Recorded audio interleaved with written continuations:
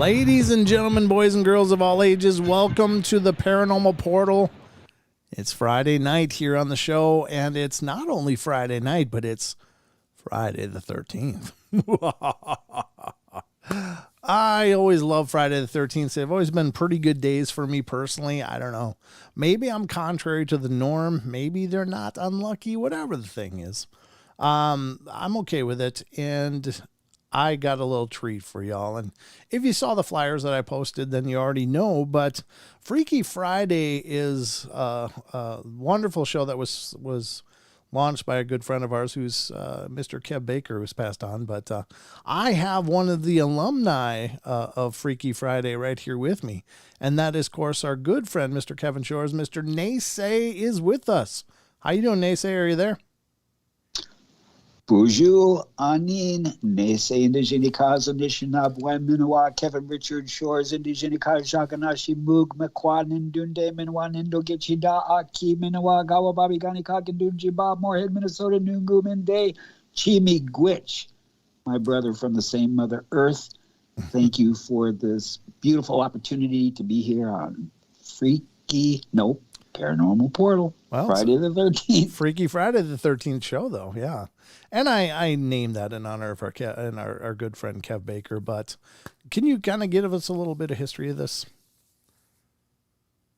Freaky Friday, yeah, from way back in the day in a land far, far away across the pond on 1307, the Knights Templar were the richest entity known at the time, and the Pope of France and the Pope of the Catholic Church and the King of France said, we cannot have this anymore, it's heresy, and they were up to debauchery, and they really wanted all of their wealth. And so they put into motion a plan that on the morning of Friday the 13th, October 1307, they were going to round up all the Knights Templar. Fortunately for the Knights Templar, they had warning because they were so in depth.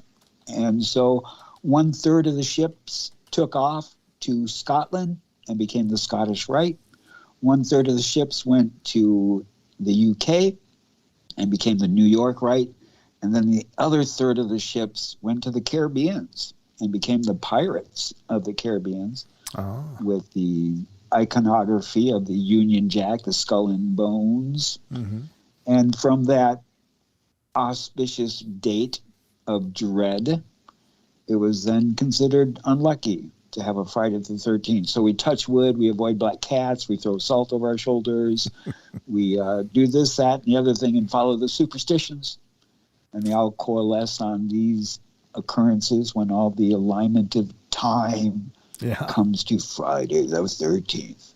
Well, I got a black cat, and it's a wonderful cat, and I love doing shows on Friday the 13th, and generally they've been good days for me personally, so I don't buy into all that. I think it's just trying to remove us from some of the best days of the week, or the year, or whatever. So thank you for being with me, NESE. As always, you've been a long-time guest and friend of the show, and I really appreciate you coming on tonight to do this again, and not only in honor of Friday the 13th, but also our good friend Mr. Kev Baker and his memory, and trying to keep this alive. And tip of the hat to Kev, who started the Freaky Fridays and came up with the idea for Freaky the Friday 13th, which were crossover shows with the Paranormal Portal and Freaky Friday. It'd be 5 hours of woo and paranormal all wrapped into one. It was a lot of fun. We had wonderful shows. I'm only sad that they couldn't continue, but in his absence, it seems that the least we can do is just say, we love you, Kev. Hope you're looking down on us, and hope you enjoy the ride, brother. And thank you so much for being part of the remembrance and the tribute show. And if I can real quickly, you can check that out at kevdavebaker.remembering. On YouTube, cool. The @ Okay, gotcha. Very cool. All right, so ladies and gentlemen, as always, we are going to roll into some news. So I hope you're ready to be newsed up, because we're going to bring you some news right now. And Hope you're ready, I said Kev. Hope you're ready, NESE. Are you ready? Yeah, I was all ready. I muted and everything, and I'm trying to be a good little co-host. You're doing much better than I am, trust me. So here we go.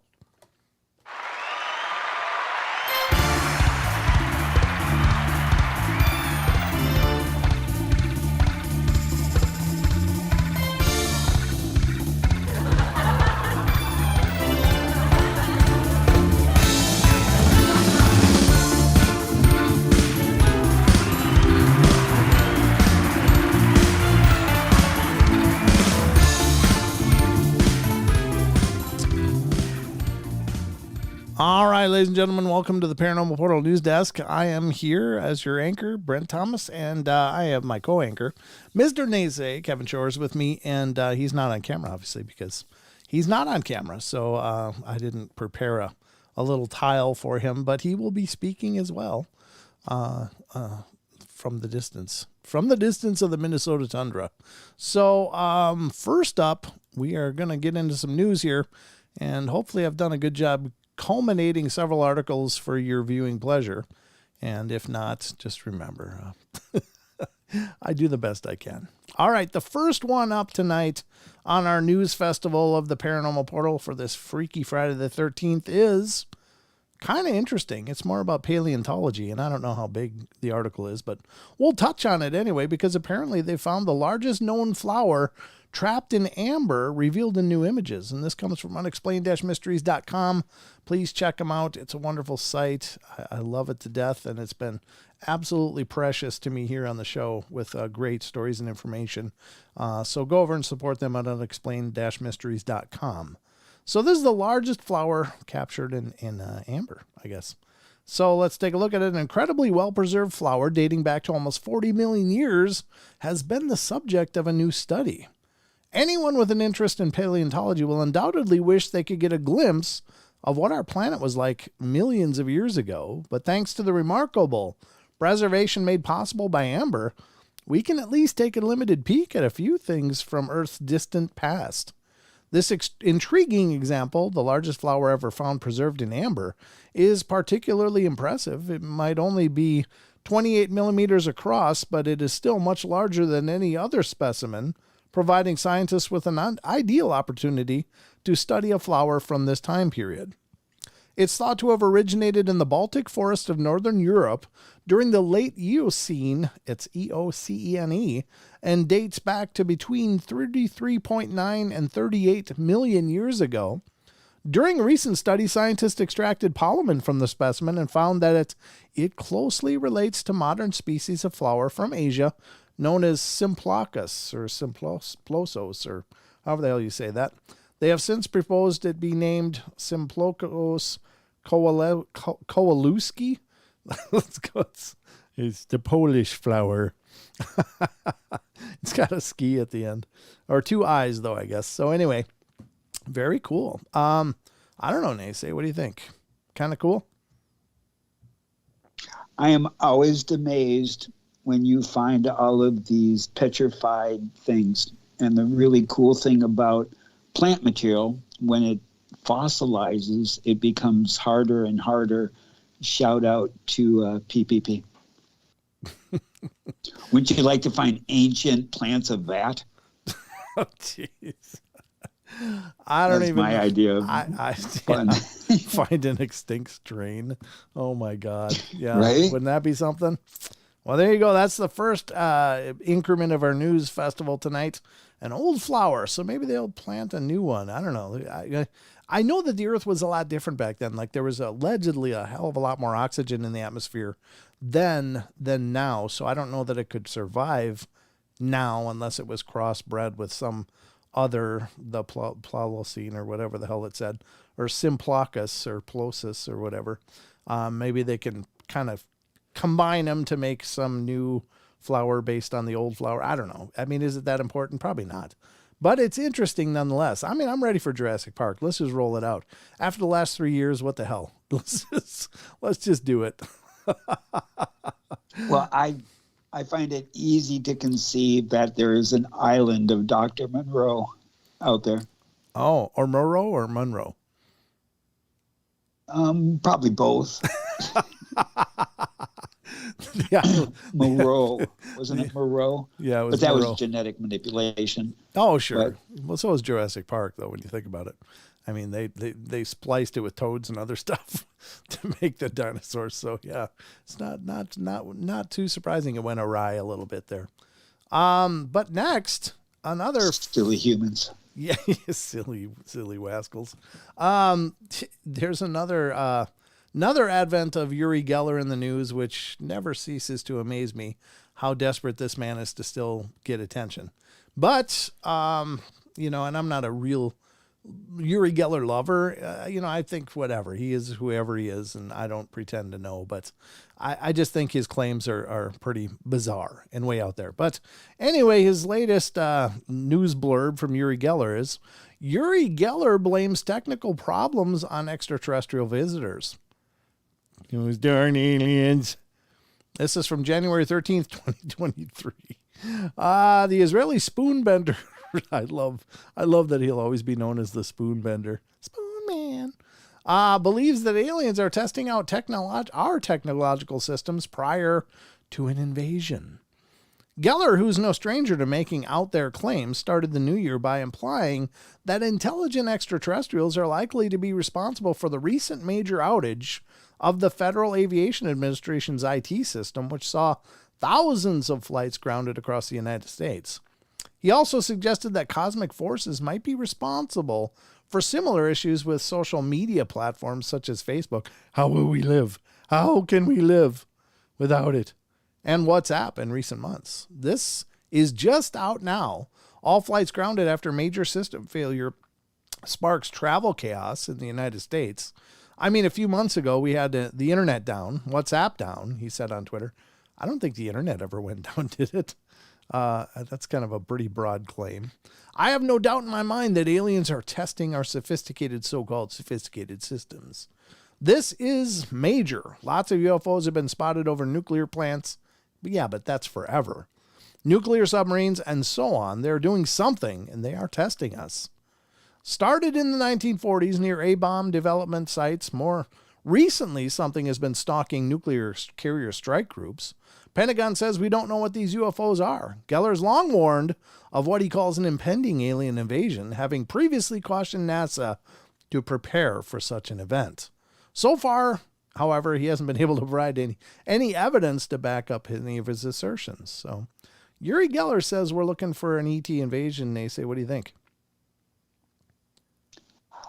I would have to agree if the David Icke proclamation of reptilians infiltrating the political arena, then maybe they are manipulating things.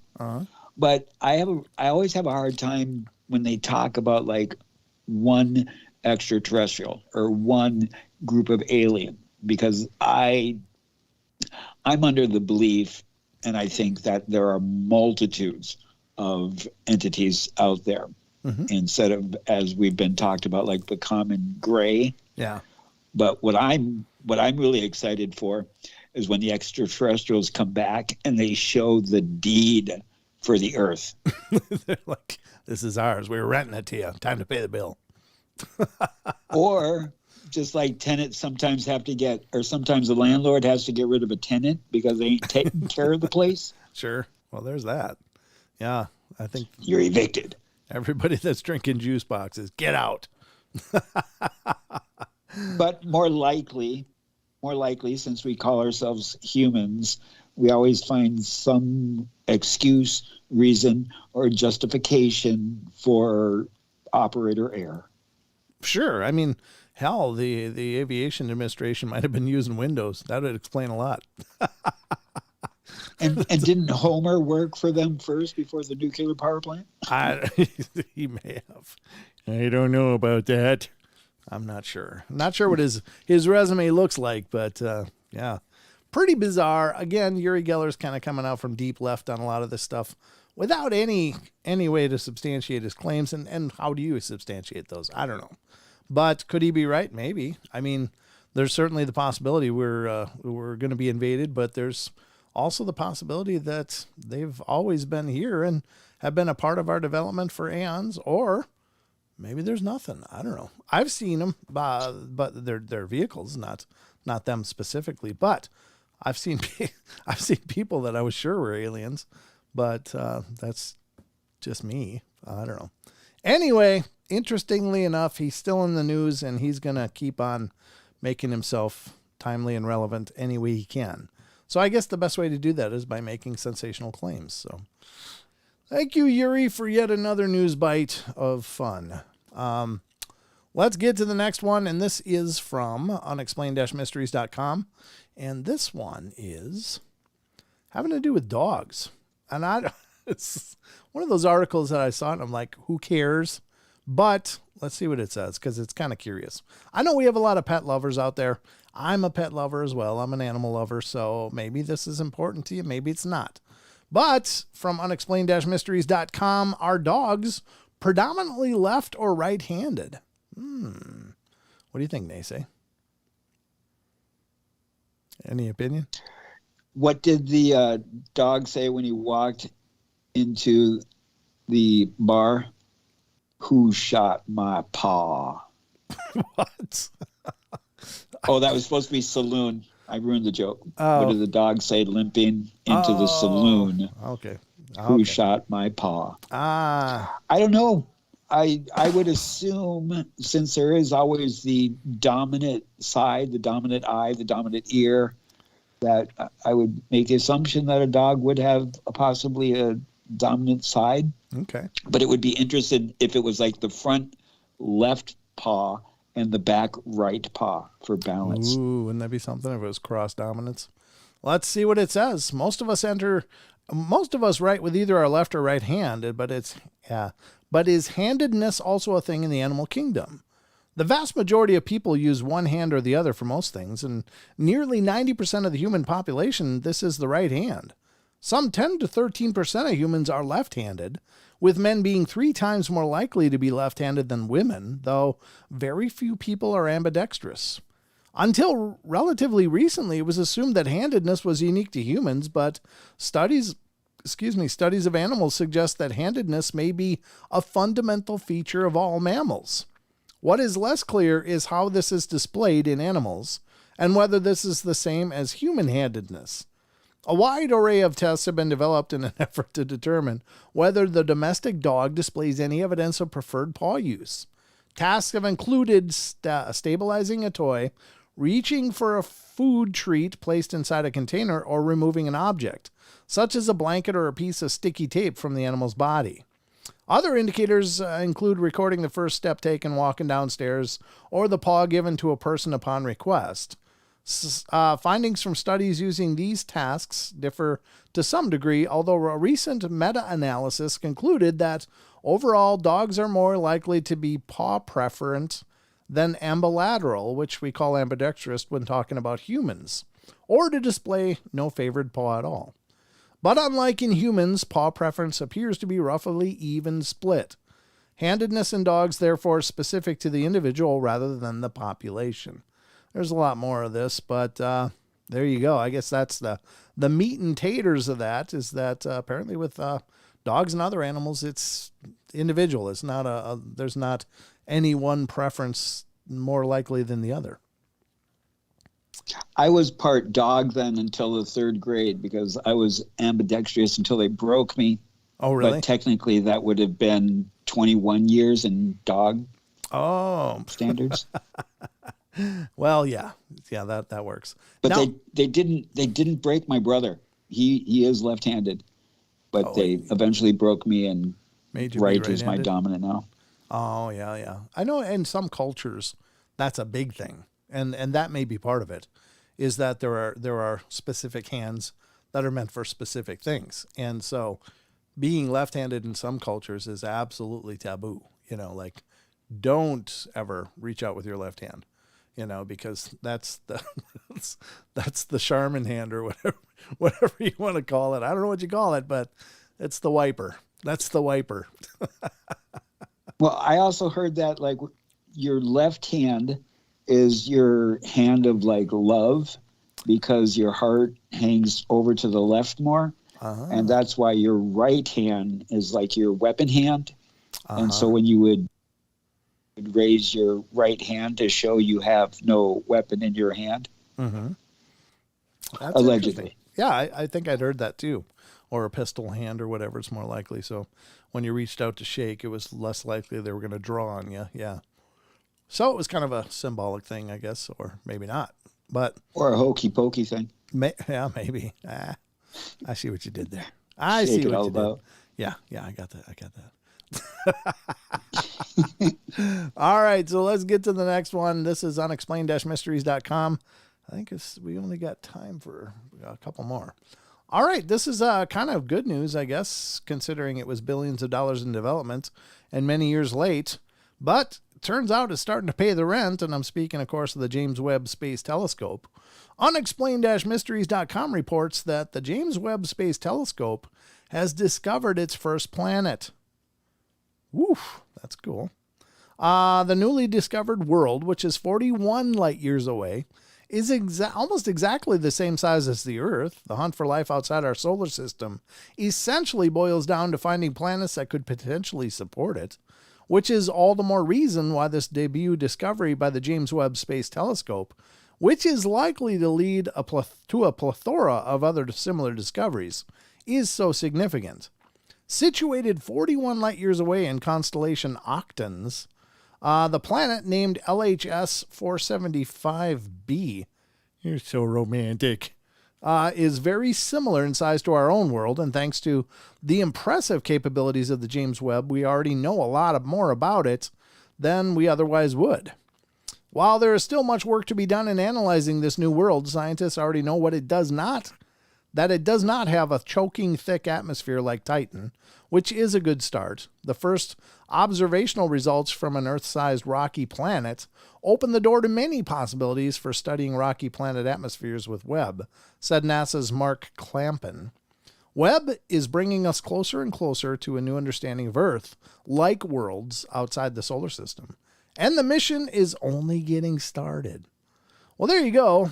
There's some images of it. It looks like there looks like there might be if this is a similar depiction, looks like the rocky part is all red, but it does look like it has oceans. If this is a rendering that's based on what they saw, I don't know, but it is another planet. So that's kind of exciting. It's really Mars. It's really Mars, and you're trying to placate it to something else because the telescope's so broken. Yeah, that's right. Come on, we need more funding. Let's get a planet up here. We found a planet. We found one. Turns out it's not far away either. You never know. Never know. But that was the next story, and I think we got time for one or two more. We'll see where we get. And what we don't get done tonight, we'll do tomorrow night. This one is another one from unexplained-mysteries.com, and this is kind of an odd one. I was just watching an interview with Dr. Travis Taylor of Mysteries of Skinwalker Ranch and several other shows that he's been a part of. And just a fascinating guy. I love that show. And I've really enjoyed his input on several different shows, actually. It's kind of neat because I think that having actual scientific minds pursuing this stuff is kind of in line with what Tesla said about discussing and researching the non-physical. And I think that that's kind of where the Skinwalker stuff is going to lead. And so what if he's able to start ascertaining at least some of the mysteries of what's going on there? And I think that's exciting because we stand to learn a bunch. But anyway, this is from unexplained-mysteries.com. As of January 11th, mystery antennas keep showing up on hills around Salt Lake City. What? Authorities have been left baffled by the appearance of several mystery antennae over the last couple of years. Each antenna has been found with a solar panel and black battery box, but there's never been any indication of who placed it there or why. The most recent one, which was found on a hill at an altitude of around 7,000 feet, was taken down by officials on Wednesday. These towers have been bolted into different peaks and summits and ridges around the foothills, the city's recreational trails manager Tyler Fanerow told KSL-TV. It started with one or two, and now it might be as much as a dozen. The strangest thing is that nobody has yet been able to determine who is responsible. Even the local university has expressed an interest in the mystery.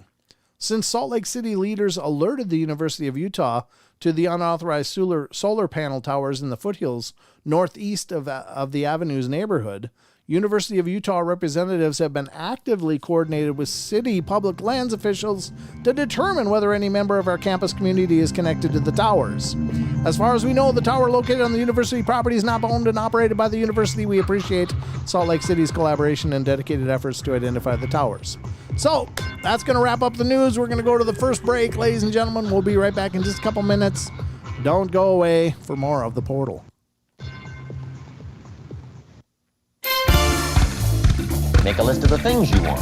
And on my list of things, now I put everything.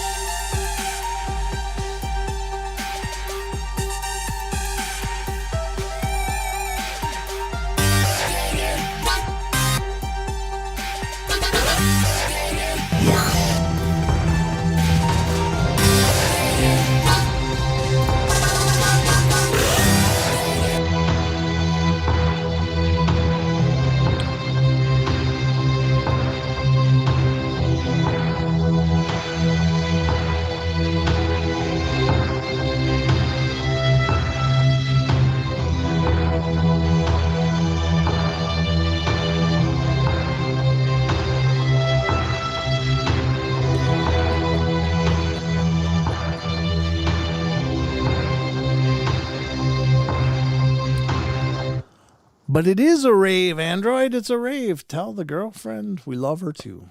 And thanks for letting you be a part of our journey. Android was in the chat saying, every time that I'm casting the show to the TV with my soundbar and the song comes on, my girlfriend's like, oh my God, turn it down. We're not in the club.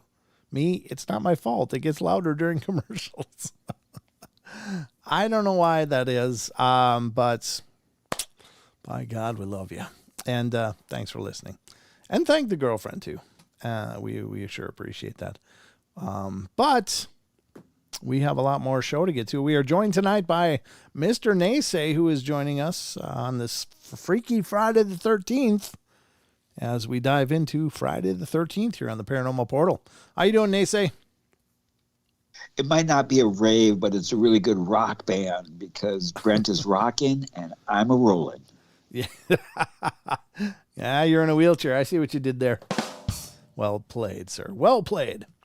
All right. At least one of us saw it. You're gonna hit him. You're gonna hit him on the run here. That's nice. All right, so we got a lot more going on, folks. We got a lot of show left to get to.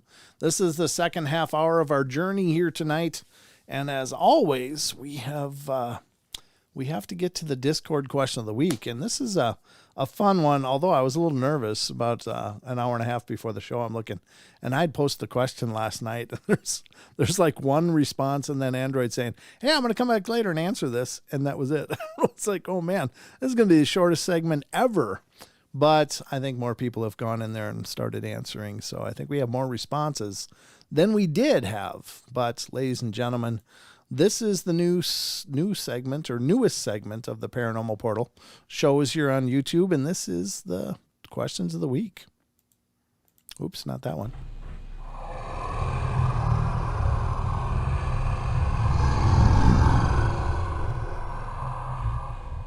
There we go. Welcome to the Discord question of the weeks, ladies and gentlemen. And this is our Discord. If you join us, this is what you'll see. And I'm going to grab an invite and put it in the chat because, by God, we always love more people joining us. So let's do that right now. I'm putting it in YouTube chat for those of you that are interested in becoming a part of the family here on the Discord. Then, by God, get involved because there's lots of great discussions happening. Oh, you forgot the question of the week, Wonder Woman. All right, I'm only mildly Dramatic wounded. pause. Yeah, pause for effect. Okay. Yep, dramatic pause. Paranormal Portal question of the week. Week. Opal Dementia says it was kind of a tough question. That might be true, and I certainly want to reaffirm to everybody that look, there's no wrong answers. If you have an idea, whatever the idea may be, is just as valid as anyone else.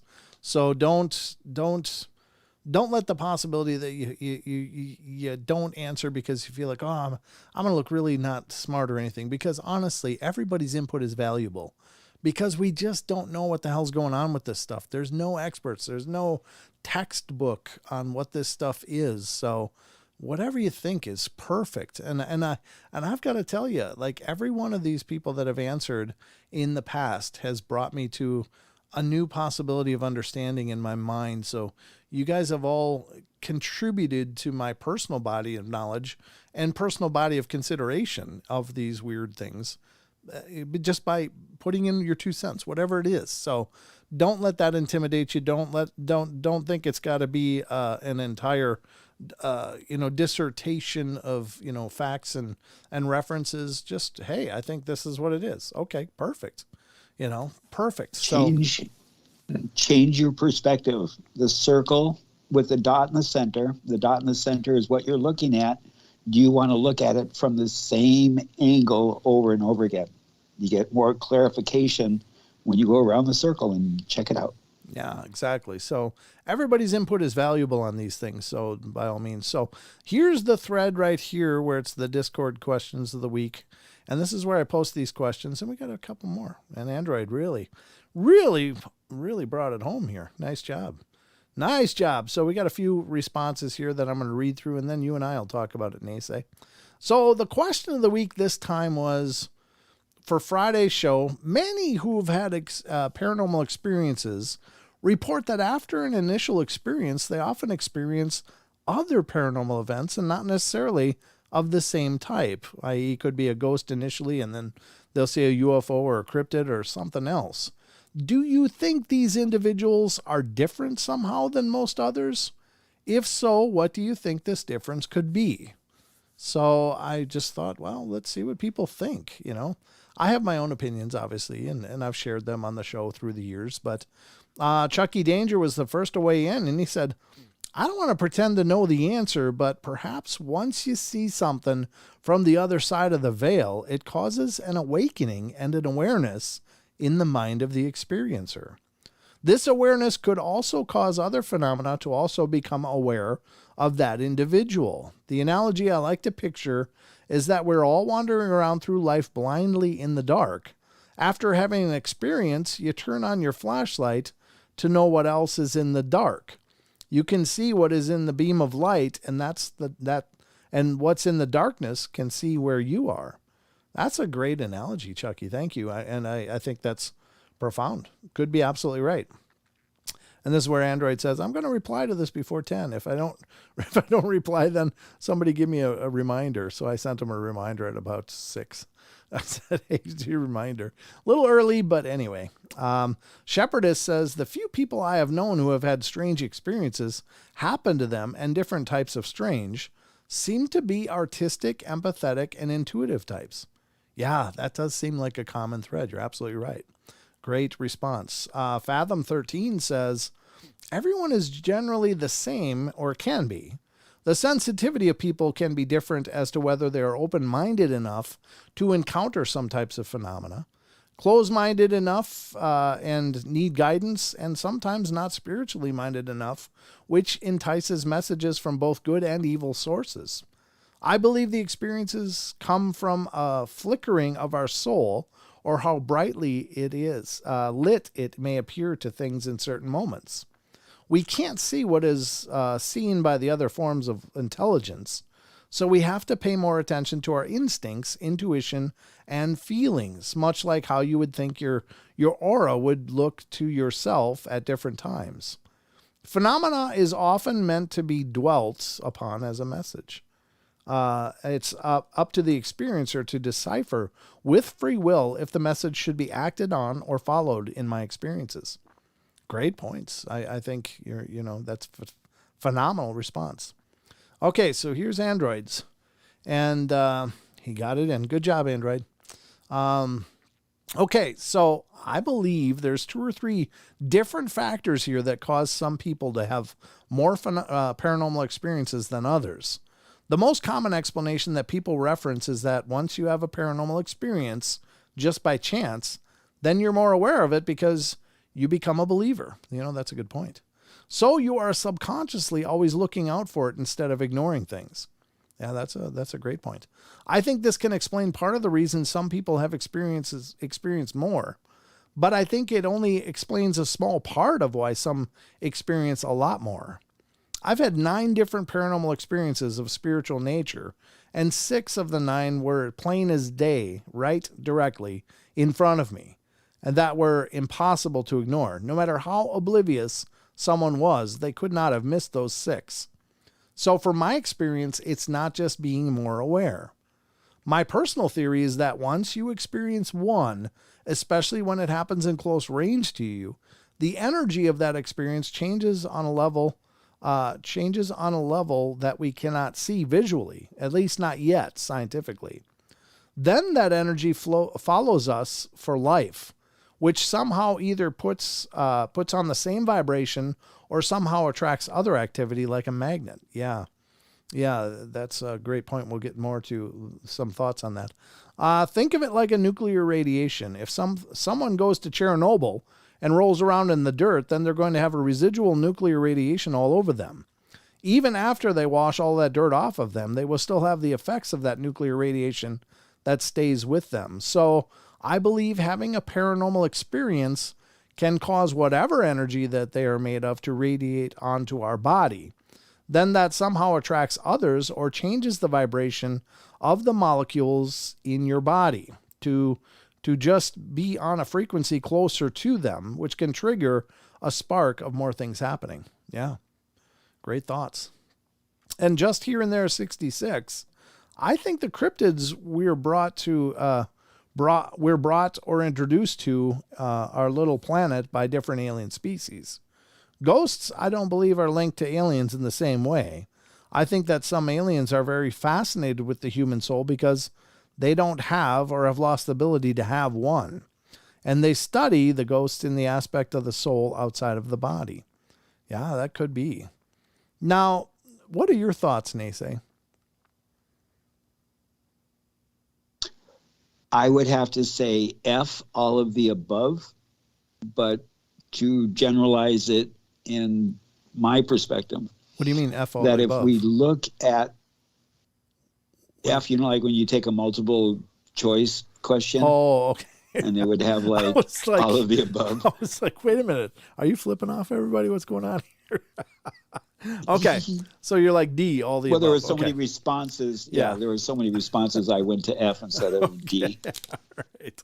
Okay, go ahead. Sorry. So, but if we distinguish the veil as one of the answers were as a level from going from one level to the other, whether it be up or like a portal going through a doorway.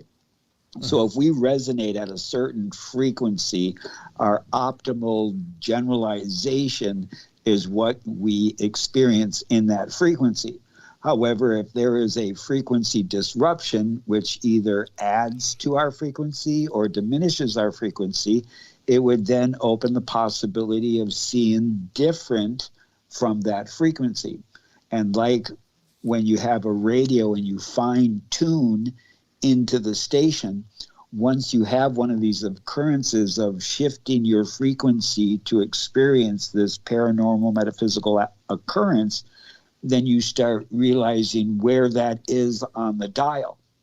And as you dial it in more, then you start honing your talent, just like practice makes perfect. Mm-hmm. And some people have the full spectrum, or some people are a lot more gifted in certain levels or certain labels of occurrences, mental telepathy, telekinesis, stuff like that. But we all have that potential, from my experience, to practice all of those talents. And I really like to think the next shift is going to have an effect with the electromagnetism of the earth and how it works. And this could quite possibly awaken what they label junk DNA. And once that junk DNA wakes up, all of a sudden we're reading each other's thoughts, or we're, floating things, or, portal, endless possibilities. Yeah, I think there's merit, and thank you all so much for your thoughts on this. And I think it's there is definitely an effect to having an experience. Some people say, well, maybe they mark us, somehow, and I found Android's explanation of that pretty interesting, and the others as well, because what about the idea that maybe when we have the initial experience, whatever that is, it awakens something in us that makes us so much more sensitive, like our pineal gland just becomes more active just because of that event or that proximity to that energy or whatever. And then we become more sensitized. Now, somebody else had talked about the awareness, that the awareness is activated. And I think that that's a great point too, because I do think that we are the architects of our own experience, and we perceive the world and we perceive things in the world, and our perceptions are tuned to our expectations. Like we see things that we expect to see, I think, most often, and not necessarily all that is there. And certainly we can talk about the light spectrum, all of the available wavelength versus what we actually see, the sound spectrum, the physicality spectrum, all of those things. Reality is actually much bigger than our experience because we just can't perceive the wholeness of it. But these events do seem to fundamentally change a person in a lot of cases and make them maybe it does mark them in some way, like there's a residue of that, or just that awareness. Like when you become aware of somebody looking at you, you can feel it. And maybe that makes us, somebody else stated, those events make us more visible to these other phenomena that might otherwise not be aware of our presence, just because that vibration is shared now. Whereas, before we were maybe operating in a phase difference between our reality and theirs. But once we have an awareness of it, it becomes like the slit experiment, where now it's observed. And does that change the vibration or change the behavior of the phenomena in a way so that we become aware of each other and so therefore can interact? Now, there is an interesting idea, and Jack Carey was the one, I think, that opened my eyes to this. He talked about the hitchhiker phenomena. And I don't think that, that he invented it, but he definitely subscribes to the idea. And essentially, a lot of people think the hitchhiker phenomena is something following you. And that's not necessarily it. It can be a person has a paranormal experience, and then they go home, and suddenly people around them start having paranormal experiences. So, and varied experiences as well. And it's a really profound phenomena, because it's suddenly like that person affects those people around them, who then start becoming aware of this stuff as well. And it just snowballs and becomes a thing of its own for all of these different individuals. And it's almost like a pathogen in a way, like it spreads, and I think, my God, that's fascinating. But is that an inherent awareness that we have, that suddenly that person comes back after having that experience, their vibration is shifted or altered because of it. And just by resonance of being around people you love, theirs is shifted as well. Just like tuning forks, once a tuning fork is hit, others will start to resonate in that same frequency in a room, being even quite a distance apart. And so does that work the same way for us? So I think there's a lot going on here, but all of your responses were amazing. And thank you so much for your input on this, everybody. And this is what the Paranormal Portal Discord is all about, is discussing these ideas and having these conversations, because no one person is going to sort all this stuff out. It's going to take an army of people considering and postulating and throwing ideas out there. And this is like our think tank. This is, in a big way, a huge think tank of like-minded individuals coming together to discuss these incredible phenomena. So I love all of your inputs. And, don't be shy. I know that some people have a more religious viewpoint, and I love that too, because, I think spirituality is so important, and it's powerful, and it also shapes our experience. And so those viewpoints are wonderful as well.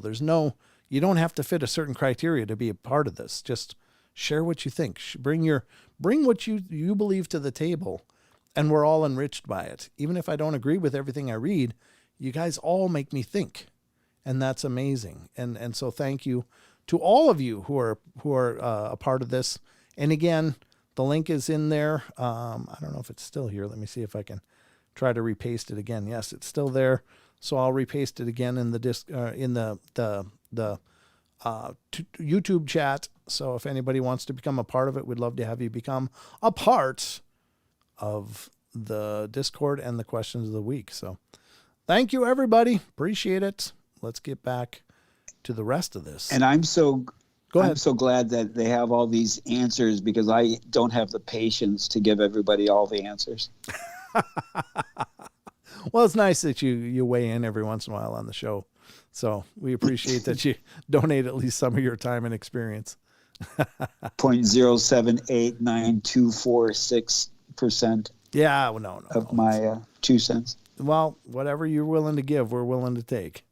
All right, that's the Discord question of the week.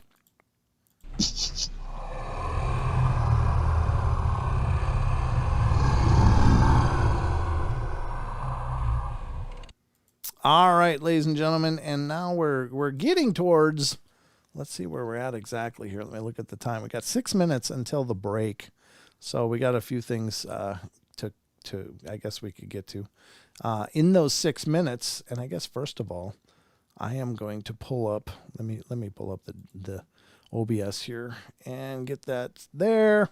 Then I'll open up a window. I got something we could share. Go ahead, please. I shared this with you, remember, a few days ago as you were making me sign that virtual NDA. Yeah. But to be on the show tonight. But as I've shared many times, we have excitement of experiences here in our home. And the latest one, my daughter has her mobile device, and on her mobile device, she has filters taking pictures. And apparently this filter will find a figure, and then it will make them into like a silly cartoony person. Uh-huh. So she was walking around the house taking these selfies, and all of a sudden she's like, "Oh my God, Dad." And I'm like, "What?"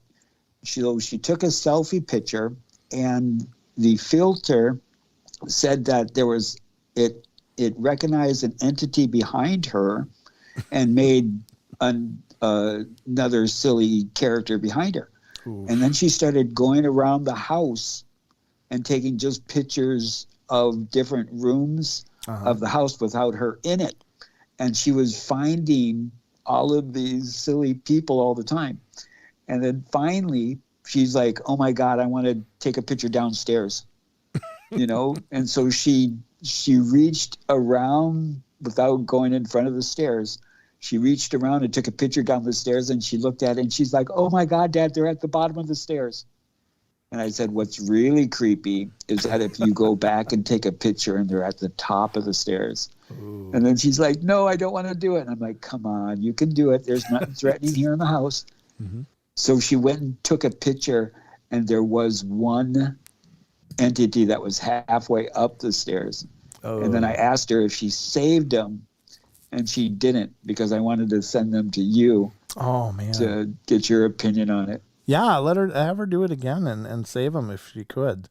Those are amazing. I don't know what mechanic it uses to place those overlays on faces, but it does seem to be pretty anomalous. I've seen videos people have posted about that. There was this one woman, I think from France or something. She was, a younger girl, like 17, sitting on her bed making like this dog overlay on her face, and she'd, open her mouth, and then the overlay left her face and appeared over her shoulder.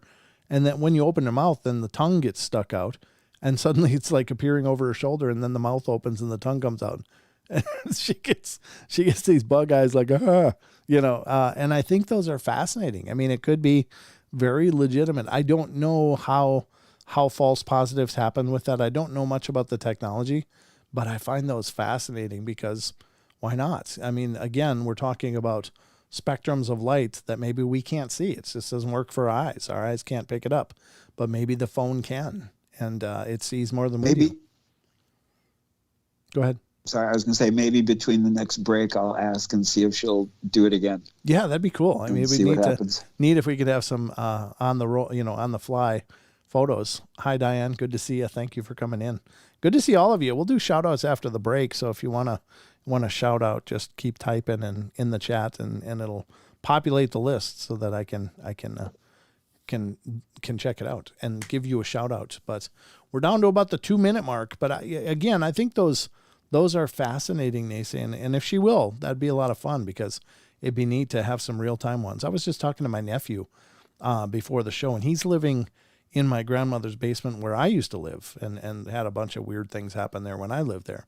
He said, something keeps happening. I'm like, what's going on? He goes, the light in the bathroom, and it's a switch. He said it gets flipped up, and he said, first my wife was talking about it, and I was like, oh, whatever, you're just imagining that. And then he said, and then I was walking around and found the bathroom light on. So I flicked it off and turned it around and walked away. And he said, the next time I looked, it was back on. And he said, the light switch is actually being flicked. So it's not like just an electrical thing. It's the switch itself is being manipulated. So it's like, ooh, well, maybe it's time to do some saging and cleansing. I don't know.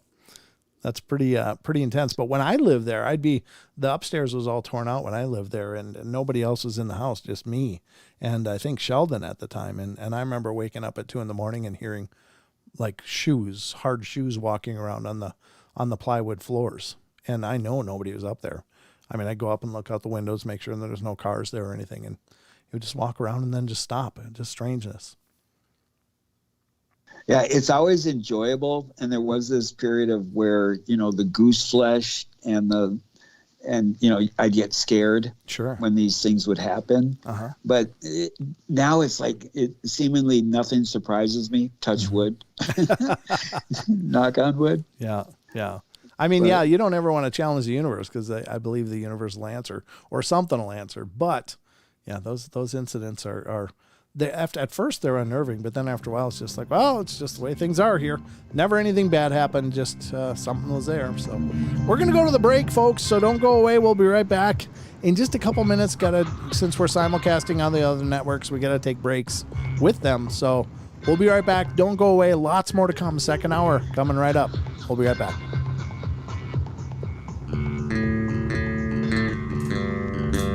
Censorship and regulation is becoming an ever-growing problem.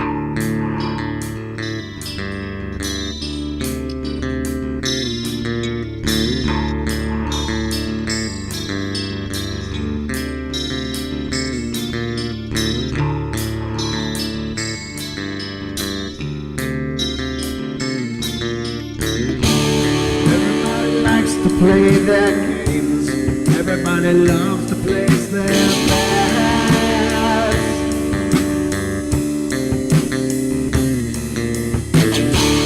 They don't understand the price I paid. They don't care to comprehend.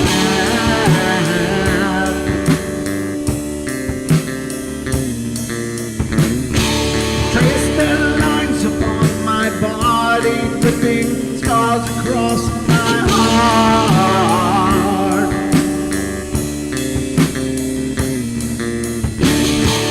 Raging anger pours inside me, and their lies keep falling apart.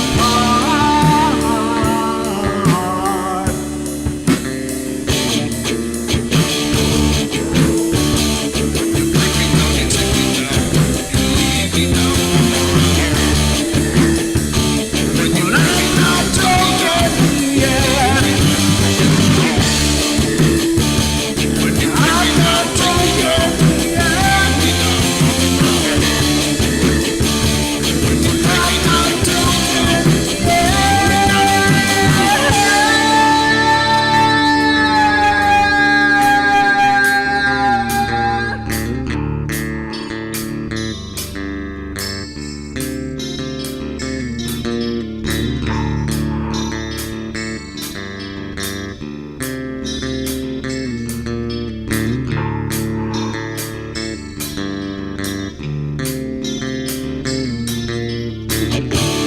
I am finished with my silence. I am not a stupid boy.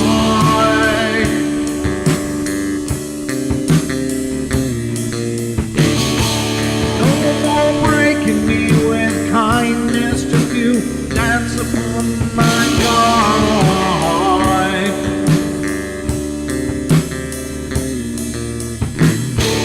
Leading me with empty promise. You're just another fucking mess.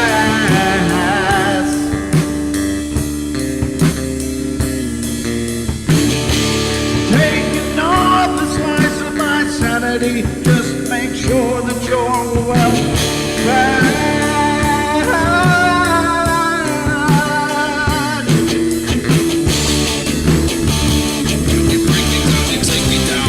Look, I'm not broken yet. I'm not broken yet. I'm not broken yet. I'm not broken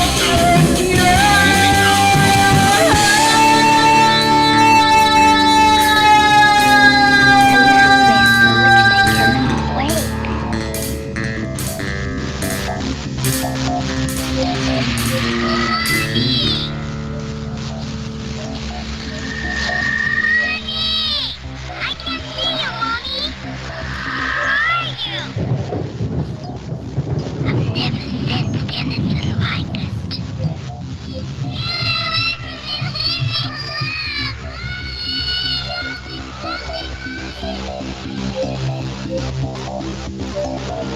Caroline is not lot like those she's with. They're attracted to the one thing about her that's different from themselves. Her life force. It is very strong. It gives off its own illumination. It is a light that implies life and memory of love and home and earthly pleasures. Something they desperately desire, but can't have anymore. Right now, she's the closest thing to that. Poltergeists are usually associated with an individual. Hauntings seem to be connected with an area. A house, usually. Poltergeist disturbances are fairly short duration, perhaps a couple of months. Hauntings can go on for years.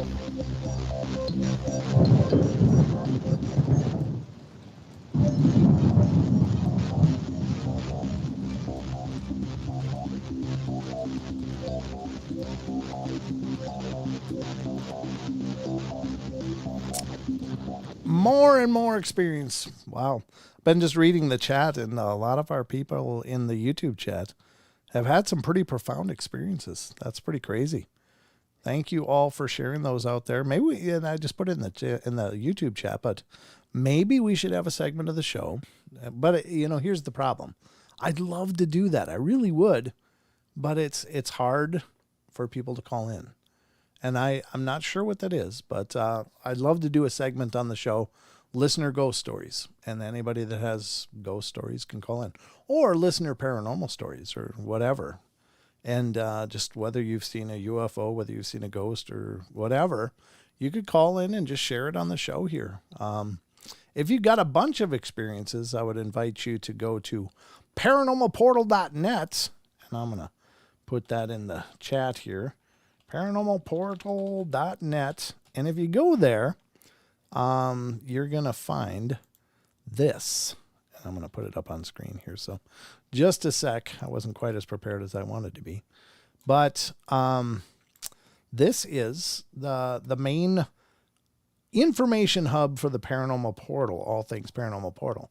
And up here are the social media links and stuff that you can check out, including YouTube, what the hell is it? Oh, Facebook, Instagram, TikTok, Twitter.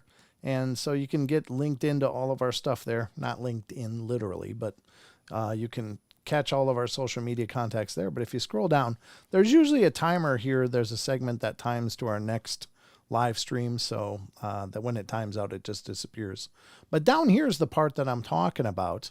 This has to do with the Paranormal Portal podcast. If you have a lot of experiences and you wouldn't mind being a guest on the Paranormal Portal podcast, talking about them, then by all means, come over here and just go down to here where it says interview me. Click it and it'll bring up a calendar app where you can click a date. I have certain days set aside that I can do interviews on. I can be flexible with time. If you click one of those dates, like let's say next Monday, you get these blocks, and they're listed every half hour, but they're hour-long blocks. And you can click one that works out for you, and I'll get an email. I think you'll get an email. And then we can connect. And I think that that's a really great way to automate it. So if you want to be a guest on the podcast, just click Interview Me and go to the calendar app, fill out the relevant information, including your Skype ID if you have it, or Zoom, or whatever you use, and we can connect through Discord, Zoom, Skype, possibly other platforms, but those are the ones I use right now. Mostly Skype I use, but I'm flexible. So get in touch with me. I'd love to have you on the show. And just as a side note, anyone that's interested in sending some kind of mail, or you have something you want me to see, or you just want to send me something, then as long as it's nice and not crappy, send it to Paranormal Portal P.O. Box. P.O. Box 483, Sandpoint, Idaho 83864. So the address is at the bottom of the page if you want to send something to me. I do have a P.O. Box for the Paranormal Portal, so that is an option as well.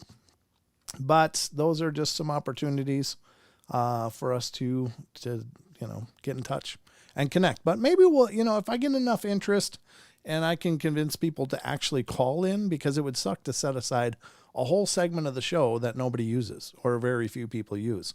Not that I wouldn't appreciate every call. I always do. I love it when you guys call.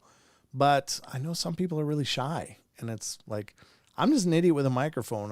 This is not an enormously huge show or anything. It's just us talking about this stuff that is fascinating. So I'd love to hear from you guys. I'd love to see, those of you that are typing things in the chat, just call in and let's discuss it. Cause it's easier to do it in person. It's easier to do it verbally, because we can discuss what happened and what you felt, what you experienced, what other things might've been going on. Is there a weird vibe, things like that.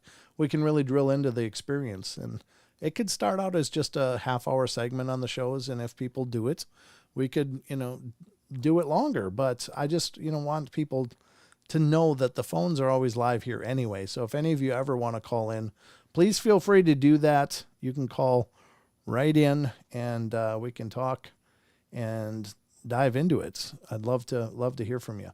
The number should be appearing on your screen at different points, right in this lower third right down here that Wes made with the TIE fighter that flies out. Yeah, I love it. But the number is 720-923-0500. We're going to do some shout outs quick, and we'll dive into some more paranormal goodness and little short stories. Hi, and stuff. ectoplasm. Huh? What? I had to say, well, I didn't have to, but someone in the chat, the megaphone man. Oh, he said to say hi, ectoplasm. I think you might need some pills. Your men on the right pills? Yeah, maybe some different ones. I don't know what the case is, but yeah. All right, so let's get to some shout outs here over in TFR. We got Bam and Gemini tuning in over there. And then on YouTube, we have, let's see who's talking in here. Nope, that's not the right button. Yeah, I got to get this right here. Participants, not too many. We got Android is here, Android Paranormal. Chucky Danger's here. D Oceans Deep Woo is here. Hi, D. Diane Fowler's here. John Stevenson is here. Just Info Arsonist is in here. Maggie M10. Rachel Gets It Right. R.B. Mora. Sugar Britches. The Megaphone Man. Vegas Dirt Pusher. That's a new name. Good to see you, Vegas. K Love just popped in. Good to see you, K Love. Thank you for coming in. Wander Woman. Somebody else just popped in. Oh, the Pharmacy Seeds. R.B. Mora. Mrs. Chef Yoda. How you doing, Mrs. Chef Yoda? Good to see you. Thank you for coming in. Wander Woman and ZX81V2 is here. So that's who I see so far in the chat. I just want to give shout outs to those of you who are here and those of you that are actually communicating. And for those of you that aren't, Diane Fowler, how you doing? If you're not chatting, that's fine. It's not a prerequisite to being here and being a part of the show. It's just an option. And of course, we love to talk to you guys. And so if you got something to share, we'd love to hear about it. So to come back to our schedule for the night that I have planned now. By the way, the phone lines are open. If anyone wants to call in and share their stories that they might have just shared in chat, by all means, feel free. Again, 720-923-0500. All right. I run heavy equipment in Vegas. Oh, very cool. Well, I'm sure glad you found the show. I'd love to hear how you found the show, but regardless, just glad you're here, man. It's great to meet you. And thanks for being a part of it. I hope you've subscribed. And Mrs. Chef Yoda, that's a cool name, first of all. Love Yoda. And a chef, what the heck? I mean, win-win. Lucky hubby, whoever that is. So let's get to some stories here. This is from an article from Techie Twist we've been going through for a while. And K-Love, how you doing? Great to see you. Lots of hearts and hugs. This is Techie Twist isn't known for their paranormal articles, but this is a Reddit scrape article. And I love these Reddit scrape articles because they have a ton of various encounter stories, just really daintily encapsulated. So that's fine. John Temprin. What is that name? Tempering, yeah. I've been listening to podcasts while truck driving. Awesome, John. Thank you so much for the support. And yeah, please support the podcast as well. This is not it. This is just the YouTube live shows. The podcast can be found on all the major podcasting platforms. Wherever you find Sasquatch Chronicles or The Confessionals, just do a search for Paranormal Portal, and you'll hear those. Those are a very different format from what we do here on the YouTube shows. This is more of a variety show usually. But the podcasts are actual interviews, usually with experiencers. And some of them are, well, all of them are incredible. But some of them are just earth-shaking. And some great interviews with some celebrities and stuff are over there as well. So check them out. The YouTube stream is half the fun, and the other half is at the podcast. So be sure to appreciate all the fun I make available. So the first one up, we're on number 60. We've been going through this for several shows. This is called Shared Socks. I don't know what this one's going to be. Not all of these are absolutely paranormal. The article from Techie Twist is called Reddit Users Shared Unexplained Things That Happened to Them. And then it says, and we're freaked out or we're shocked or something is how it goes from there. But this says, I was staying with my girlfriend and her mom. One night I wake up at around 1 a.m. and the room is just glowing red. I look up at the ceiling and see this black figure crawling through the ceiling. I start screaming, which wakes my girlfriend up, and she looks up at the ceiling and starts to scream as well. The next thing I knew, everything went black, and I woke up a few hours later. My girlfriend was fast asleep, so I thought it was just some sort of weird dream. At that point, I had to go to the washroom, and suddenly, her mom starts screaming at the top of her lungs. I immediately closed the door, went back to my girlfriend's room, and told her that her mom was screaming, and she went to check on her and returned to the room completely silent. She asked me if I saw the room glowing red earlier, as well as a figure in the ceiling, and I said yes. And she goes wide-eyed because she saw it and thought it was just a dream too, and her mom screamed because she saw the same black figure. Ah, yikes. What do you make of that, NESE? Scary. Especially if you just think of it crawling through the ceiling. Your ceiling. Yeah. So that, that is even more unnerving, because more times than not, you would think of it like coming up out of your floor. Yeah. But that same movement coming down from the ceiling. Yeah. Yeah. Yeah, that's got to be horrifying. I just don't think there's some things that I just don't think we're psychologically programmed for. And that would be one of them. Unless they had a bowl of ice cream. Yeah, well, unless it was bringing snacks or something. That's, okay. Right. Yeah, what, jerky? Wouldn't okay. that be sweet?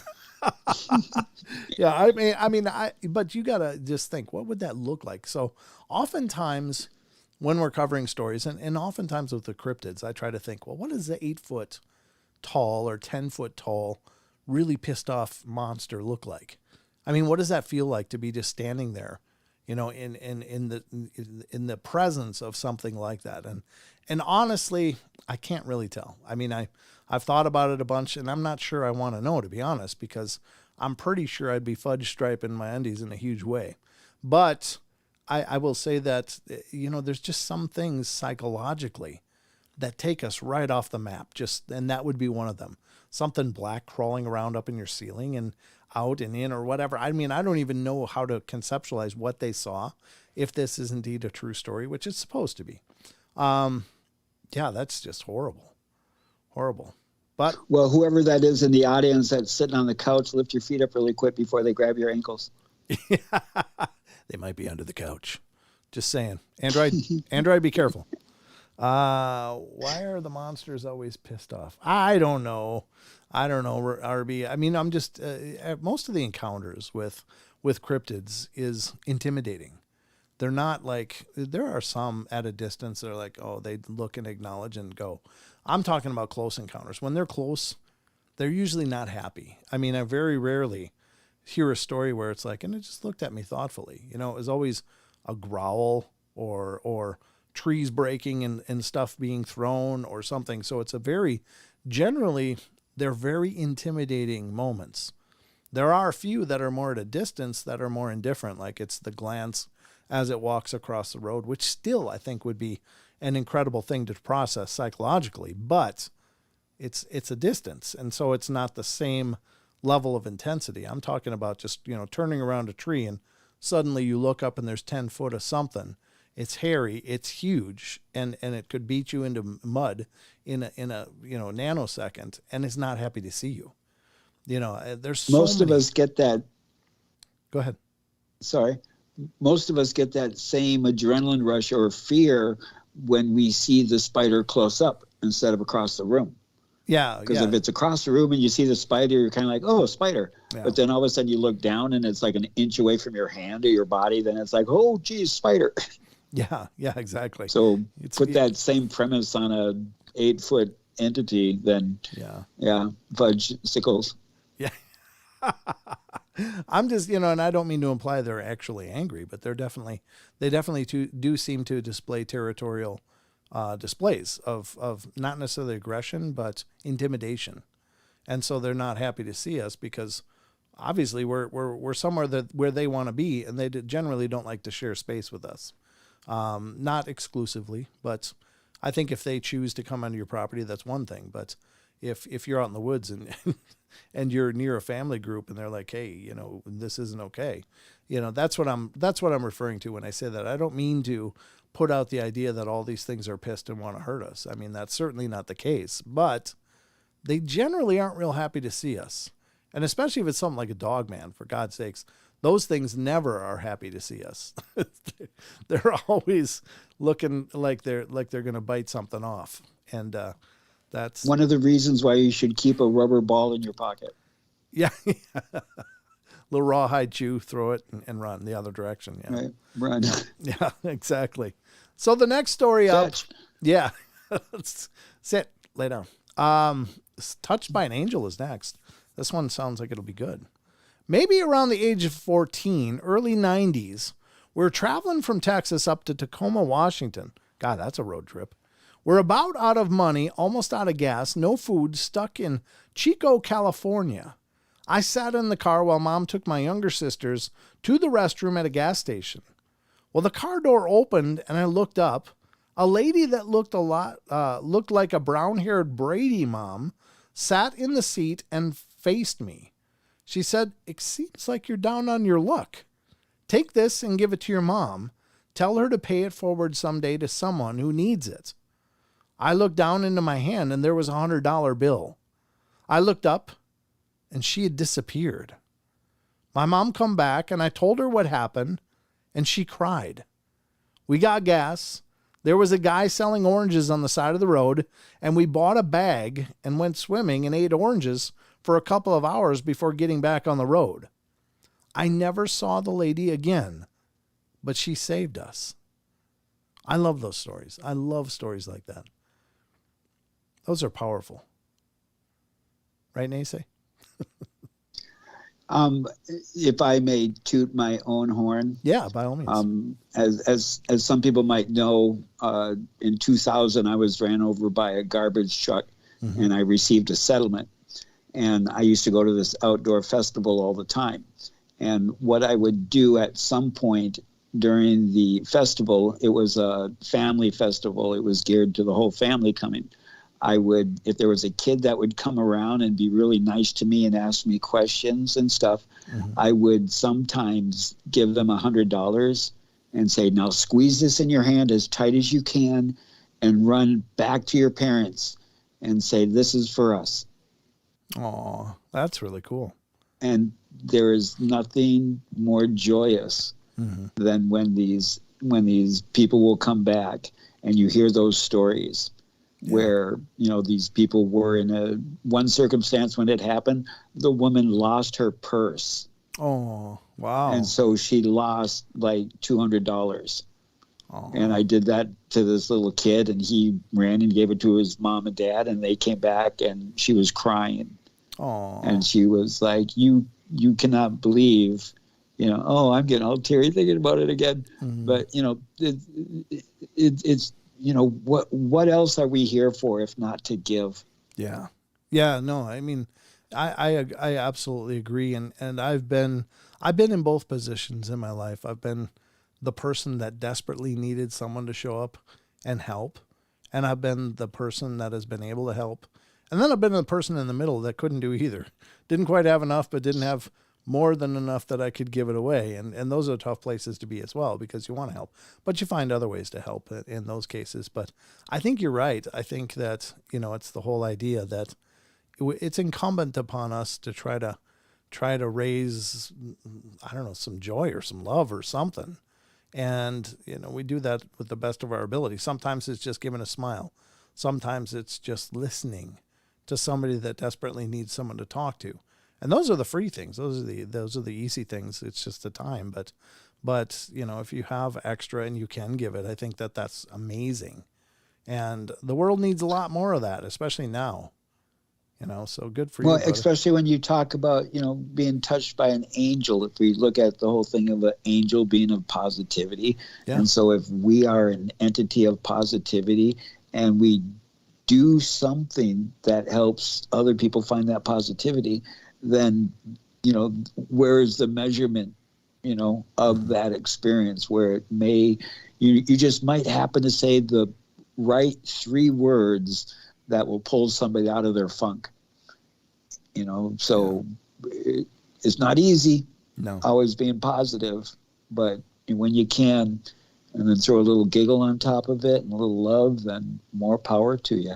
Yeah. Amen. I think the world gets to be a pretty magical place when enough people are trying to make it better. It's just, there seems to be plenty of people that are trying not to make it better. But I think the more people that jump onto this, hey, we can help each other. We can make things, easier for each other. Then I think it's so empowering. So, the next story is called The Dangers of Genius. I don't know what this one is. It doesn't sound real paranormal, but let's read it. There was a kid in another class at my school in the 6th grade that was genius. Like he was doing advanced calculus with a local college professor after school. So one day our computer system for the entire school goes down. This was occurred many times. So normally it would affect us because we barely use laptops and stuff. The only class that was affected was the computer class. The kid was in the computer class 3 or so hours later when I'm in class with him during social studies. 3 guys with FBI jackets on and our local chief escorted him out of the building. We were told nothing. The parents were told nothing.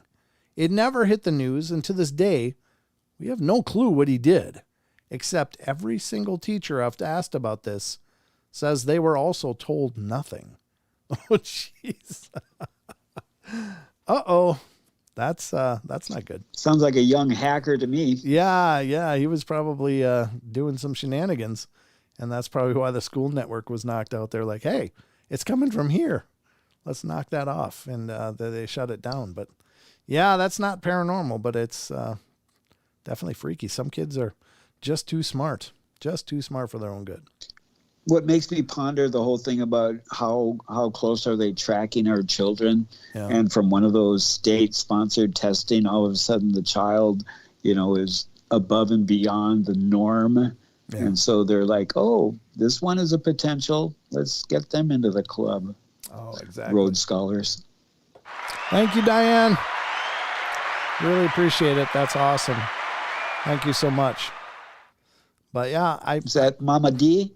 Nope, that's Diane Fowler. She just donated thank you. $10. Thank you so much. Keeps the lights on a little longer here in the studio, so that's always really appreciated. Yeah, but it's a cool story. I mean, I think the kids of the next generation are going to be amazing, or have the ability to be amazing. I mean, some of them, they've been raised with this stuff. I mean, when the Minion was just a year old, he was grabbing his mom's iPhone, unlocking it, not even able to, he could count to 10 when he was a year, but he could go through her phone, find the pictures, and swipe and swipe and swipe and look at them. And he would do that for hours. He just thought that was fascinating. And I was like, my God, this kid at 1 year old is using a phone better than, most adults. It's just amazing how technology becomes a part of them. But the other part of it, I guess, is they have to have a balance in their life. Otherwise they become, misdeveloped, maybe. I don't know. Emotionally misdeveloped. Isn't that the Indigo children?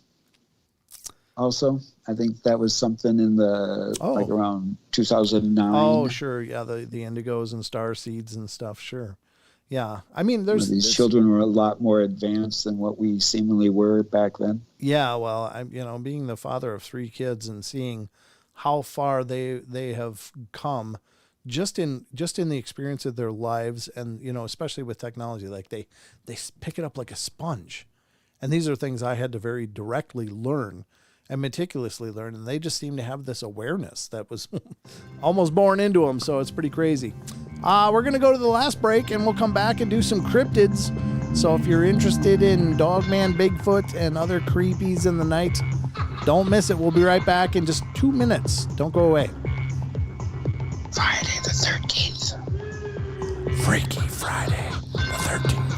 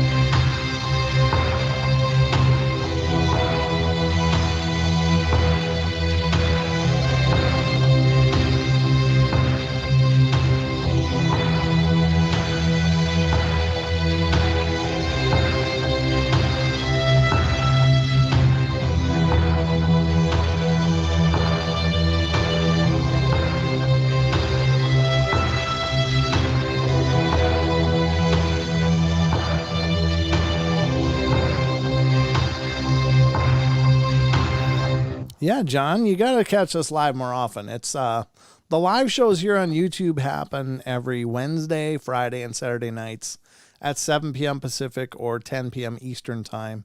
So wherever that time zone works out for you, that's when it's live for 2 hours each night. So Friday and Saturday, generally we're simulcasting on TFR Live as well as iHeart's TuneIn and TalkStream Live networks as well. That's why we have the breaks on Friday and Saturday night. But sometimes we opt out of that just because if there's a show going on and I don't want all the interruptions, then we'll do that. But like if we have a guest or something, it's oftentimes easier not to have the breaks, so I don't simulcast on those nights. But I've done it both ways. So, but generally Wednesday is commercial free all the way through, and Friday and Saturday generally are taking these half-hour breaks because we got to stay in sync with the other networks. It's just the way it works. So if it's Party Central here at Paranormal Portal. Yeah, well, I hope so. I mean, I hope you guys have a good time. It really means a lot to me to see all you guys here and enjoying yourselves. That to me is the greatest takeaway of all.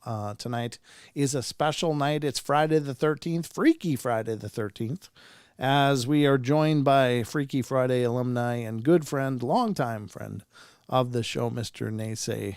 Kevin Shores is here. How you doing, brother? I am as fantastic as the universe will allow. Thank you. Check your emails. Check my emails? Okay. Wow. If you can.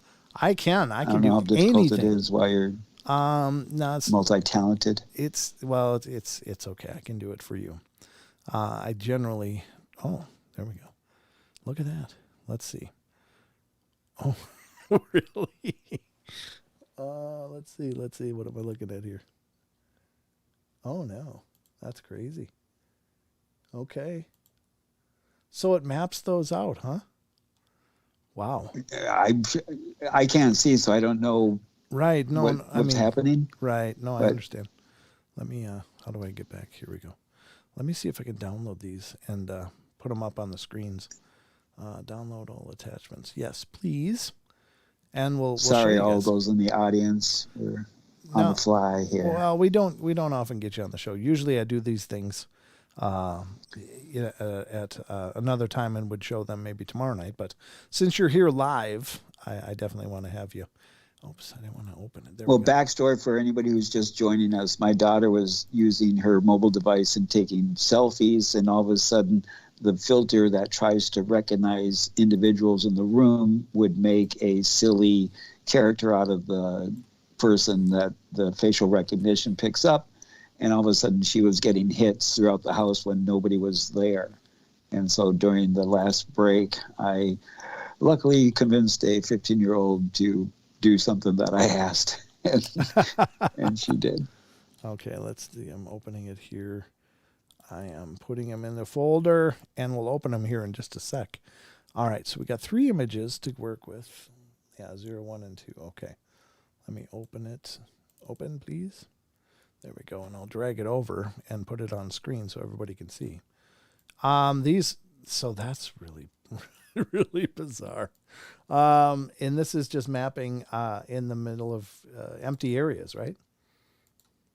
Yes. Okay, so here's the first I don't know image. where she went in the house, but This looks she like walked around the house. And looks like the house is clean, though. That's good. This is the hallway, it looks like, with a door at the end of it. And there's a figure right at the end. And this is one of those. That's my room. Oh, wow. It looks like there's a. Well, I don't know that what it's mapping is relevant because it's just putting a figure on somebody.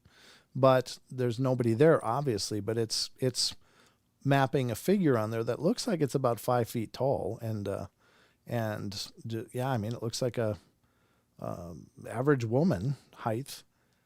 So it could be a female spirit. But it is a female character that it mapped. But that could be just what she was showing on there. Let me see. How do I go to the next one? Or can I? Will it not do that? Why isn't it doing it? There it is. Okay. The next image is this. It's right next to a bookcase, and it like has this hat man. Or no, what am I looking at? Yeah.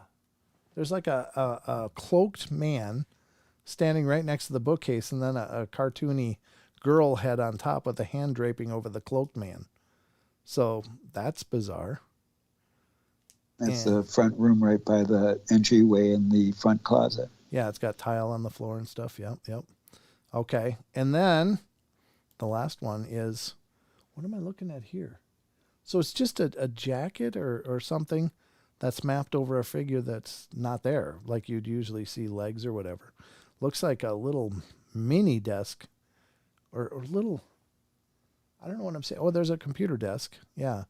With stuff on it, a computer on it, a vase with some flowers in it, and then like a wreath or other flowers that are just off frame off to the side. But it's like this bundled up, I don't know, a bundled up character with no legs. It's like, yeah, that's pretty freaky, dude. Now you understand why I keep saying, Brent, come and visit me. Oh yeah, I know. I mean, it's definitely on my to-do list. There's no question. There's a possibility we're going to get to the Boyd house and investigate this next year, during this year rather, nice. 2023. And so I don't think you would be too far. Are you near Boyd, Minnesota, or is that a long ways away from you? You got to come right through on, if you're going to be taking the train, or if you take 94, you come right on through Moorhead. Okay. Yeah. So, because that's the primary is 94. Yeah. Maybe I'll take a week and do a couple nights at the Boyd house and come up and hang out for a night or two at the NESE house. Yeah. We'll go to the reservation and I'll bring you to the corner where all the activity is. Oh, fantastic. Cool. Yeah, that's maybe get a couple shenobs to share their stories with you. Oh, that'd be cool. We could do some podcast episodes that way too. That'd be brilliant. Yeah, we'll put it on the list for this year, brother. We'll make it happen during the warm months, though. Welcome. So it'd be like everybody in the chat, come on and join us. You're gonna have to have a big buffet, NESE. We're pretty hungry people. Bison wild rice hot dish. That sounds awesome. Actually, that sounds amazing. Can't say I've ever eaten bison, but it sounds amazing. Yeah, those are great photos, dude. Tell your daughter thank you. That's really, really pretty impressive. I don't know much about the technology, and I don't know how easy it is for false positives to happen, but the doorway one really kind of freaks me out the most. I mean, the bookcase one, maybe it's seeing something that looks like a human figure just by arbitrary shapes in the frame. But the doorway one is just a plain bland door. And that there's this figure mapped in it. So I think those are really, I don't know, pretty unusual. It doesn't look like it would be shadow play or anything. So for some reason, the phone is thinking there's a figure there and it's mapping a figure on it. Very bizarre. Very cool. Yeah. Thank her for us, will you? Absolutely. Okay.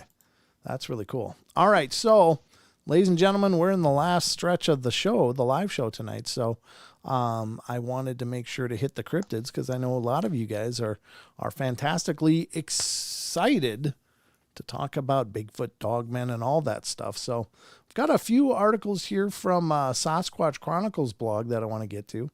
And again, Sasquatch Chronicles is, of course, an amazing podcast all on its own, but it's also a blog and a website at SasquatchChronicles.com. And if you're familiar with the show but haven't checked out the SasquatchChronicles.com, you're missing out on a ton of stuff, including he posts some Paranormal Portal stuff too. That's really cool. But he also links for many other shows on his sites. So you're going to get plugged into a whole lot of different information and articles and interests. So the first one is coming from Sasquatch Chronicles blog on January 12th. And this is a listener submission that was sent in. And it says, strange experience at my family's cabin. A listener writes, my family owned a cabin in Missouri. And if you're from Missouri, you'd say Missouri. But I never was clear how that happened, but they make an I into an A. Missouri. Anyway, southeast of AWA or AVA. I don't know where that is, but think of the schoolhouse on Little House on the Prairie, but about 4 times the size. My grandfather actually went to school there and would swim in the creek at recess.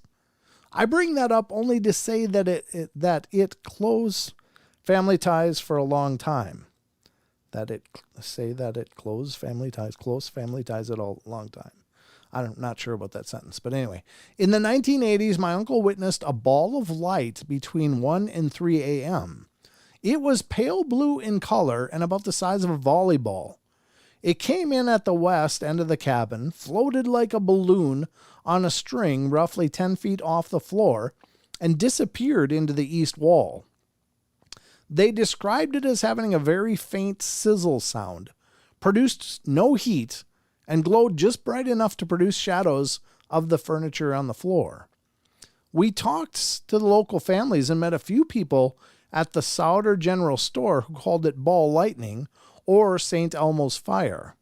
It was more frequent in the spring and fall, if I remembered correctly. It was so prominent that some of the locals throughout the schoolhouse thought the schoolhouse was haunted and wouldn't go inside even if we were there. The light was bright enough that it could be seen through the windows while passing the road. The area under and around the cabin has many tiny caves and cracks in the bedrock, and we were told the ball lightning was the result of static discharge from the caves. True or not, I don't know. Ball lightning to me is, they may be able to, obviously it's been reproduced in a lab, at least the idea of these plasma balls and stuff, but I don't know about them passing through solid objects like a wall and stuff. Wouldn't that potentially, well, I don't know. It wouldn't really ground it out, I guess, because if it's wood, maybe it wouldn't. I don't know. I don't know enough about it, but it seems that if there's any wiring at all, as soon as it hit the wiring, it would ground out, or if it's any metal, that's connected to the earth, it would ground out. And so how does it continually happen and what's going on there? I don't know. I'm not so sure that ball lightning is the answer for all of these phenomena that scientists would like to suggest. But it is curious. Again, I don't know enough about it. It says, yes, ball lightning does pass through solid structures, Maggie says. Okay, that's great to know. I didn't know that. But wouldn't it ground out if it was brought into contact with the ground? I don't know. I'm just curious. I've heard this ball lightning thing a lot of science to that. Yeah, I'm sure there is. I don't pretend to know enough about it. Excuse me. But I will say that I think ball lightning is kind of a caveat. Well, you saw an orb. Well, it was ball lightning. Well, suddenly ball lightning is a really plentiful phenomena that's happening everywhere, all over the world. And maybe it truly does to some degree. But is all of it ball lightning? And I don't know. There are accounts of these balls of light traveling very intelligently and even coming up to people. Not like, okay, so I've seen 2 orbs in my life, actual orbs with my own eyes, not with the camera, not with any other aperture, just my own eyes right in front of me. The first one was when I was sitting on the floor and it drifted right in front of my eyes. Just slowly. And it was about the size of a quarter or 50-cent piece, and that was it. I don't think that was ball lightning, but it just drifted slowly by. And I was like, should I grab it? And I thought, no, I should not grab it. I don't know what this is. And so I didn't grab it, and it just went around and disappeared. The next time was in this house. I was getting up to go make coffee in the morning, and I went into the kitchen, which has like an L shape of the cabinets. And as I was coming up to the L shape, a little ball of light about a foot above the ground, same size, basically same color, a little golden ball, came out around the corner of the cabinet, came up to my legs, drifted around, kind of did a little U-turn around me, and then went past me and then was gone. Now, I don't believe that those were ball lightning. But again, I'm not a scientific person. I don't have a scientific pedigree, so I don't know.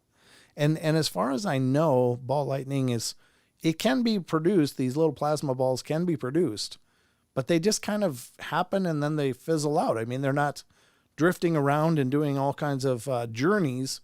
They seem rather short-lived.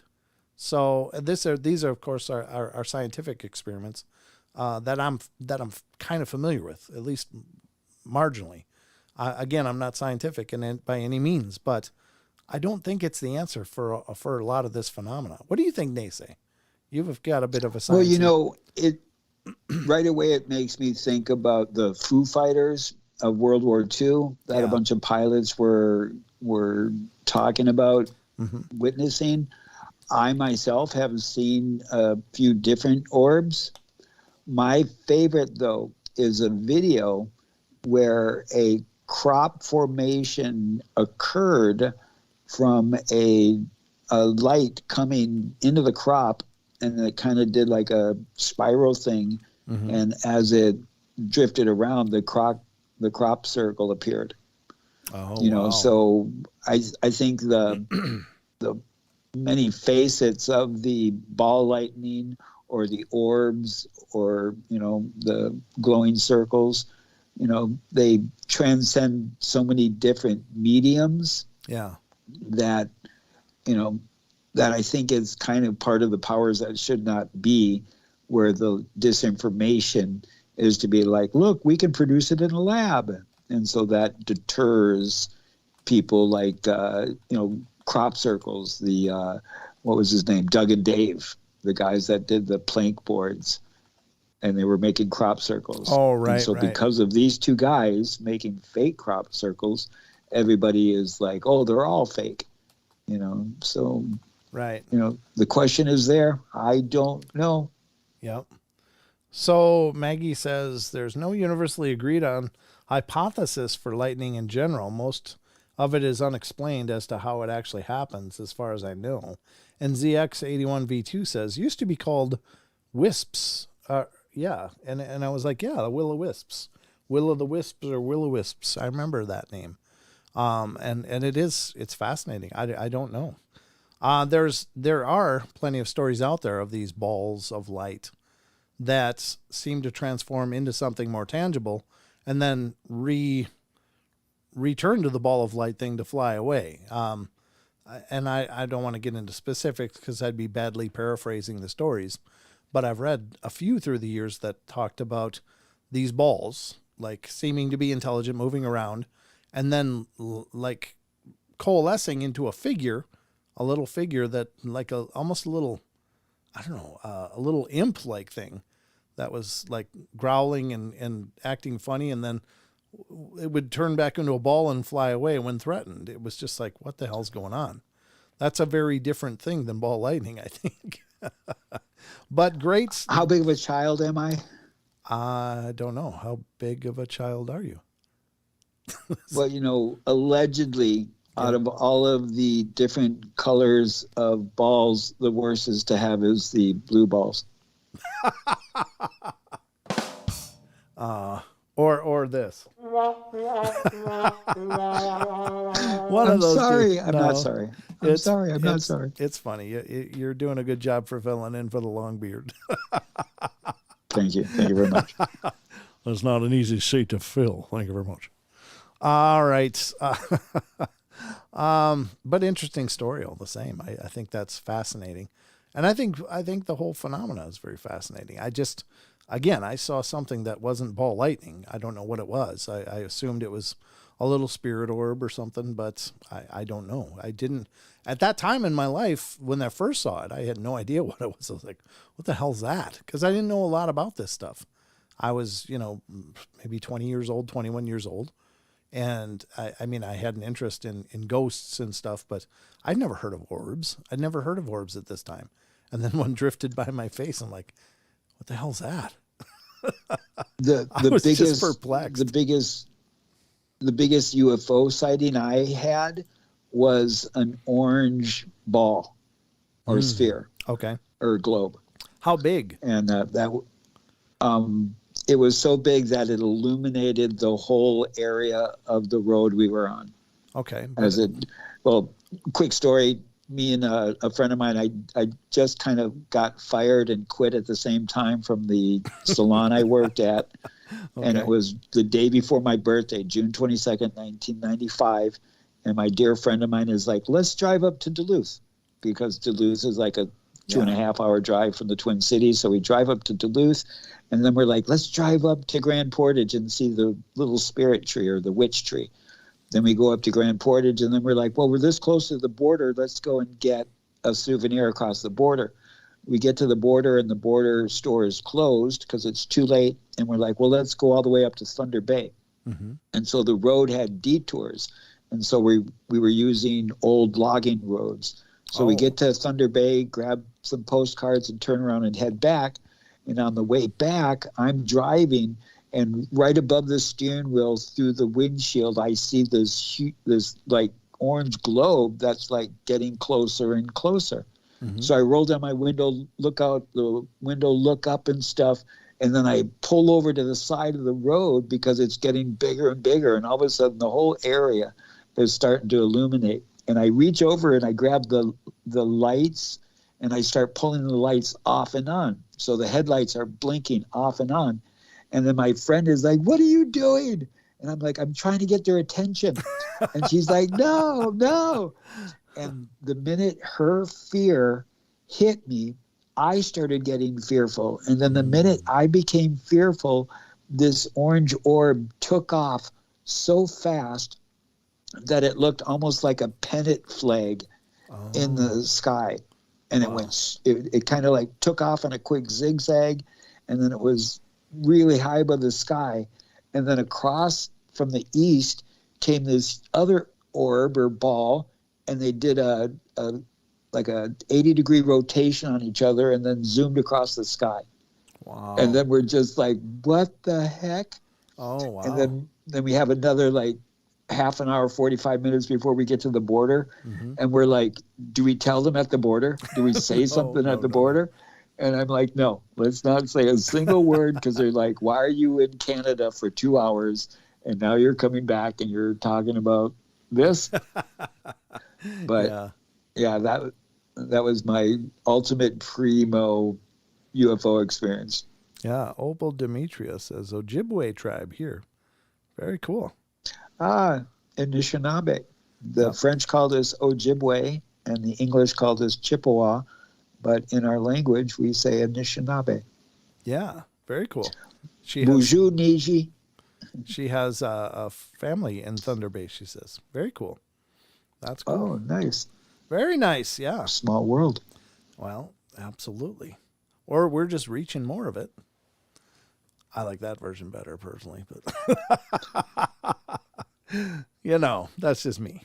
All right, so I got another article here from Sasquatch Chronicles, and oh God, no, I don't. We're going to be out of time. We literally got minutes left. Where did the time go? That last block just disappeared. I mean, literally. It's just a jump to the left. It was 2 flicks of the tail, and it was over. Wow, we're at 2 minutes left. Well, folks, I'm sorry. We almost got to some cryptids. I had a bunch more stories, but tune in tomorrow night and we'll get to cryptids. Unless ball lightning or orb creatures are cryptids, which again, there are stories that people have seen them transform into little creatures and then transform into balls. So I don't know. You be the judge, but that went really quick. I will never lament having a great discussion though. And this journey tonight has been a great discussion, NESE. And thank you so much for joining us here on the show and being a part of it. It's always a fantastic pleasure to have you here, brother. Well, it is my extreme honor to share my brother from the same Mother Earth. It's been 8 years now, something like that. 7. And 7, I appreciate 7. Yep.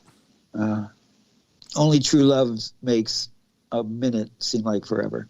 Yeah. But thank you. It does. And I appreciate it. Oh, you're always welcome here, brother. And thank you so much for all your support and love. How can people stay in touch with you? Oh, the megaphone man at gmail.com if they need to. I do have my identities, the megaphone man, YouTube, and Cannabis Res Solution. And hopefully coming soon, Church capital U, where I'm going to start just sharing my thoughts and my experiences. And before you start using your definition of church, please take a few precious moments and look up historically where the word church came from. Mm-hmm. It came from the word circle. So it's and I am very fond of the circle, the sphere, and so circle you.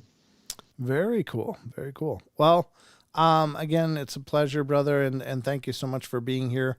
Ladies and gentlemen, we'll return tomorrow night. Sheldon should be with me, and we'll get into tomorrow night with a whole bunch more fun and fanfare, as much as we can whip up in one night. But thank you all for being a part of the journey, and remember to spread word about the show and let other people know. And remember, we love you all. Be good, be kind, be nice, take care of each other, help each other out, find the magic in every day, and remember to laugh as much as you can. All right, see you tomorrow night, 7 p.m. Pacific Standard Time, right here on YouTube or on TFRlive.com. All right, good night, everybody. NESE, hold on. I'll talk to you in a minute.